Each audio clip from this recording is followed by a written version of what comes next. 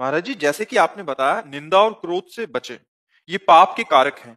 जैसे तैसे निंदा पर तो काबू पा रहे हैं, लेकिन यदि किसी बात को सुनकर क्रोध आ जाए, भगवान और आपकी याद करते हुए भी उस पर नियंत्रण कैसे करें? जैसे हम चाहते हैं कि आप हमारे साथ ऐसा बर्ताव करें, आप उसके विपरीत करेंगे, हमें क्रोध आ जाएगा।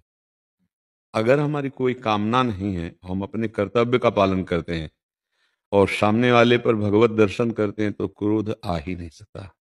जब तक हम भगवान के चरणों का आश्रय दृढ़ता पूर्वक नहीं लेते और सब में भगवत भावना नहीं करते, तब तक न काम पे काबू पाया जाएगा, न क्रोध पे, न लोभ पे, न मोह पे। सामने वाला अगर कोई भी हमारे प्रति प्रतिकूल व्यवहार कर रहा है, वो मेरे कर्म से प्रेरित है। मेरा कर्म दंड देने के लिए आया, इसलिए वो गाली दे रहा, प्रतिकूलता कर रहा है। मुझे अगर इस भाव को हृदय में धारण करने का सौभाग्य मिले कि मैं पवित्र हो रहा हूं और वो कड़ुआ बोल रहा है, मैं अपराध मुक्त हो रहा हूं। अगर मैंने कड़ुआ बोल दिया तो फिर वो अपराध बन जाएगा। हम कुछ सीमाएं हैं जिस तक तो हम सह सकते हैं। यदि हमारे कोई धर्म का नाश करने के लिए, यदि कोई हमारे गुरु की अवहेलना हमारे सामने कर रहा है, हमारे इष्ट की निंदा कर रहा है, फिर हम नहीं सहन करेंगे कि हम इतने तक तो क्षमा कर देंगे। इसके बाद अब हमारे गुरु का कोई अपमान कर, हम कहते क्षमा। अरे धिक्कार हमारे जीवन को।